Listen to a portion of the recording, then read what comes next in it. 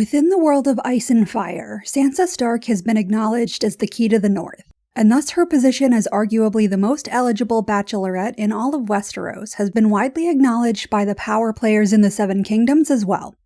Clearly, Sansa's claim to Winterfell was the driving force behind every attempted betrothal and forced marriage that she has been subjected to. And despite the fact that Bran and Rickon's survival would undoubtedly change the power that comes along with Sansa, she is still an incredibly valuable hostage, fiancé, and wife. Even prior to the North's declaration of independence, Sansa Stark was an incredibly appealing option for betrothal, hence why she was engaged to Joffrey Baratheon even before the rebellion began. When the Northerners rebelled against the crown, her value as a hostage and political tool arguably increased, which explains why House Tyrell were so keen to marry her to Willis Tyrell, and why she was ultimately forced to marry Tyrion Lannister to prevent the Tyrells from taking that power. And, even as a married girl, her importance hasn't diminished, which is why Peter Baelish is at least making a show of attempting to marry her to Harry Harding, the expected heir to the Vale. So at this point, the value of Sansa's hand in marriage should be obvious. But there is something that is exceptionally interesting about this list of suitors that has become the driving force behind one of the most theorized aspects of Sansa Stark's future. A theory that is most commonly referred to as the Ashford Theory. For those who are unfamiliar, this theory is derived from the mention of a tournament that comes up in the Duncan Egg stories. In 209 AC, a tourney was hosted by House Ashford at Ashford Meadow, and the pretext for this tournament was the celebration of Lord Ashford's daughter. In order to honor her 13th birthday as well as retain her claim as the Queen of Love and Beauty, 5 champions fought in her name. But what is of particular interest about the tournament isn't the tourney itself, but who winds up fighting for her in the end. Because Lady Ashford's champions wind up being Lionel Baratheon, Leo Tyrell, Tybalt Lannister, Humphrey Harding, and Valar Targaryen. Obviously, this could be chalked up to coincidence, but it would be a pretty strange one, especially given how much George R.R. Martin loves dropping random foreshadowing and hints into his work. The fact that Sansa has thus far been betrothed to or straight up married to a Baratheon, a Tyrell, a Lannister, and a Harding, and a random list of champions showed up in another time and place in Westeros that consists of a Baratheon, a Tyrell, a Lannister, a Harding, and a Targaryen, is very likely an intentional hint as to where Sansa's story may be going, and ergo the Ashford Theory was born. While plenty of people would undoubtedly be stoked if this meant that Sansa and Daenerys became queer icon co-queens, most of the speculation revolves around the most obvious candidates: Jon Snow, son of Rhaegar Targaryen and Lyanna Stark, and Aegon Targaryen, the long-lost son of Rhaegar Targaryen and Elia Martell. And while Sansa marrying the man that she spent her life seeing as her brother seems a little hard to believe, the arguments in favor of Jon are also more plausible than they might seem at first glance. Despite the fact that he is widely known as Ned Stark's illegitimate son, he is a Targaryen, he is likely a trueborn Stark and Targaryen, and thus he has a significant claim to the Iron Throne. Even ignoring his Targaryen lineage and claims, while his claim to Winterfell as Lyanna's son wouldn't be very strong, he's still a male Stark who, if Game of Thrones is to be believed, will wind up becoming king in the North after Robb.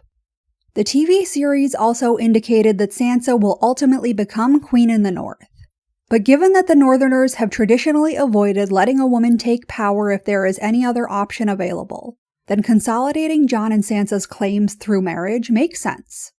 Plus, there is yet another historical hint that presents this as a possibility, as a previous Sansa Stark wound up married to her uncle Jon L. Stark after being passed over for him despite her stronger claim to Winterfell. But there is another clear option for the Targaryen in Sansa's future, which is Aegon Targaryen, aka Young Griff. While a lot of fans see young Griff's potential betrothal to Arianne Martell as a done deal, I think he is the more likely candidate to complete Sansa's list of suitors via the Ashford Theory. On the one hand, while Westeros is in dire straits when it comes to eligible women to marry into the crown in general, and while Arianne and Sansa are the only significant options for young Griff in general, Sansa seems like the more obvious choice for a multitude of reasons. Firstly, From Arianne's end, the prospect of marrying Aegon Targaryen isn't necessarily a good one. Despite his actions indicating otherwise, I find it incredibly hard to believe that Doran Martell is eager to marry his daughter off into the Targaryen royal family again, given what happened to Elia. I think his support for House Targaryen in general is little more than a ruse. And I think it is comically unlikely that he'd want to send his daughter off to be subjected to the whims of another Targaryen ruler when he could keep her safe at home. And even more than that, Arianne is in a unique situation because she actually can stay safe at home. She is the heir to House Martell, Sunspear, and Dorne in her own right. Arianne is the inheritor of her own power, and if she were to marry Aegon, then she would essentially be giving up a significant amount of power to be beholden to someone else. Yes, she would be Queen of the Seven Kingdoms, but in terms of actual, personal, and individual power, it would likely be a step down for her. And from young Griff's camp, Arianne isn't the most appealing wife either. Sure, she's one of the most eligible options at the moment, but House Martell is the only major house that young Griff already has a connection to, as he's a member of their family regardless of whether or not he marries a Martell. Of all the great houses in Westeros, marrying a Martell would arguably be the least politically helpful to him.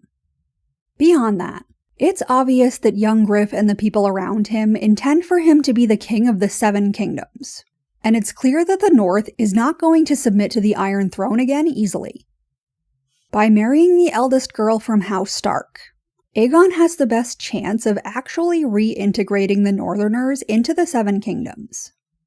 The North is the biggest kingdom in Westeros and the most difficult to control even on its best days. So even if every other great house had a girl or woman who was available for betrothal, Sansa would still be the best option for someone like young Griff. Sansa's connections aren't shackled to one kingdom in the way that Arianne's are. She is the eldest Stark girl, but she also has blood connections to House Tully and House Arryn, making her an even more valuable match. So, it's far more believable that Varys is looking to wed Aegon to Sansa than pretty much anyone else at this point. Plus, I think that there is another in-text hint about how Aegon and Sansa's betrothal might work, and it surprisingly comes in the form of Dornish history. As many will know, Dorne resisted Targaryen rule for years before finally joining the rest of the kingdoms, but they didn't submit under the Iron Throne due to conquest or invasion. They simply married into the Targaryen family and agreed to fall under their purview as part of their marriage treaty. These two marriages were quite the power play as well. Miriam Martell married Daeron II and ultimately became queen of the newly united Seven Kingdoms, while Daenerys I married Meryn Martell and became Princess of Dorne. Now, given that the North is an independent kingdom at the time of Aegon and likely Daenerys' invasion, I think that a similar dual betrothal will be suggested between the Targaryens and the Starks. I think young Griff and Sansa will be betrothed, as will Jon and Daenerys. Or at the very least, an attempt at a betrothal between Jon and Dany will happen. However, I don't expect these marriages to go off without a hitch. I think that even if Dany makes an attempt to rule peacefully and united with others as she did in Meereen, I think that the end of her current book arc is an indication that ultimately she will decide that she has the dragons, she has the power, so she's going to take it instead of trying to play nice with people or acknowledging their authority, when she can really do whatever the hell she wants with dragon power. And similarly, while I do think that Aegon Targaryen and Sansa Stark will be engaged, I think that like every other name on the Ashford Tourney list, young Griff will just be another potential relationship that goes up in smoke. Quite literally, since Daenerys will almost certainly set her rival claimant on fire at some point.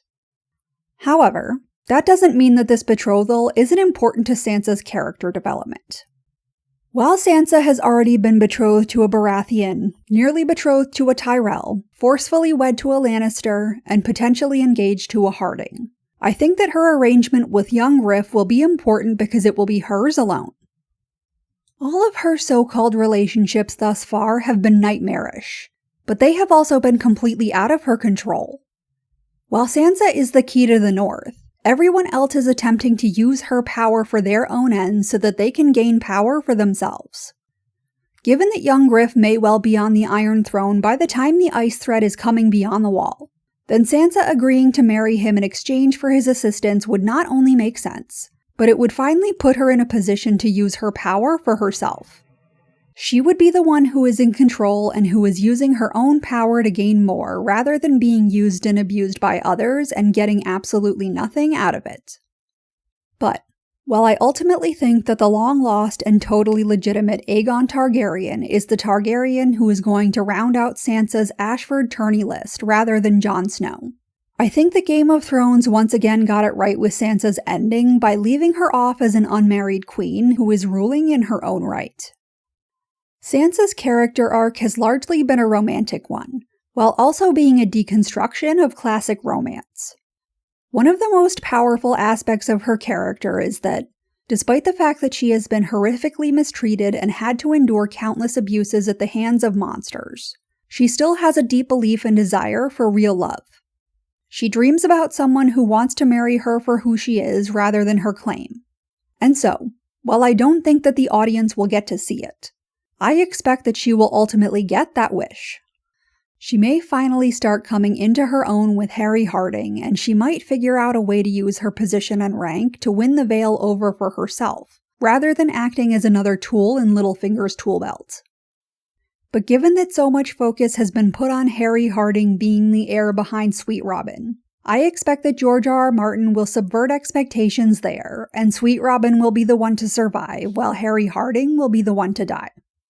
I think Sansa will take that a step further in creating her own arrangement with young Griff that will give her power and even greater reach. But it will be a political match rather than a love match, and eventually Aegon will die at Daenerys' hand or command anyway. And at that point, I think Sansa's final Pokemon evolution will simply to be a queen herself, someone who doesn't make a political match because she doesn't have to. Because the power that so many people have tried to take from her is entirely her own. She will finally be in a position to decide to marry someone when she sincerely falls in love with him. So much of her story is about other people, from the best of them like Ned Stark to the worst of them like Tywin Lannister, using Sansa's value in order to create marital connections that will further their own ends.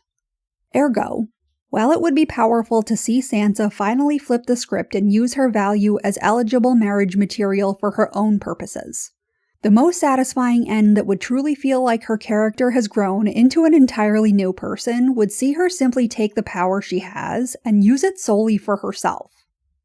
So then, Sansa will likely arrange a marriage pact with young Griff for the sake of herself and of the North, but there will ultimately be no wedding.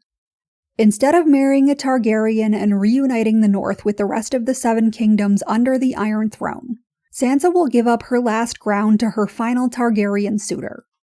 And once he's gone, she'll be standing on her own in an independent North.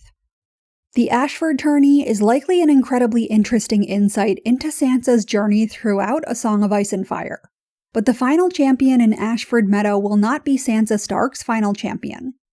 Young Griff will undoubtedly play a significant part in Sansa's growth as a character, as well as in the story at large. But Sansa's endgame doesn't lie with any man. It lies within the power that has been hers from the very start. But what do you think? Will Sansa marry Aegon or Jon? Or will she be flying solo at the end of A Dream of Spring? Leave your comments and opinions below. And if you're interested in more content like this, like and subscribe.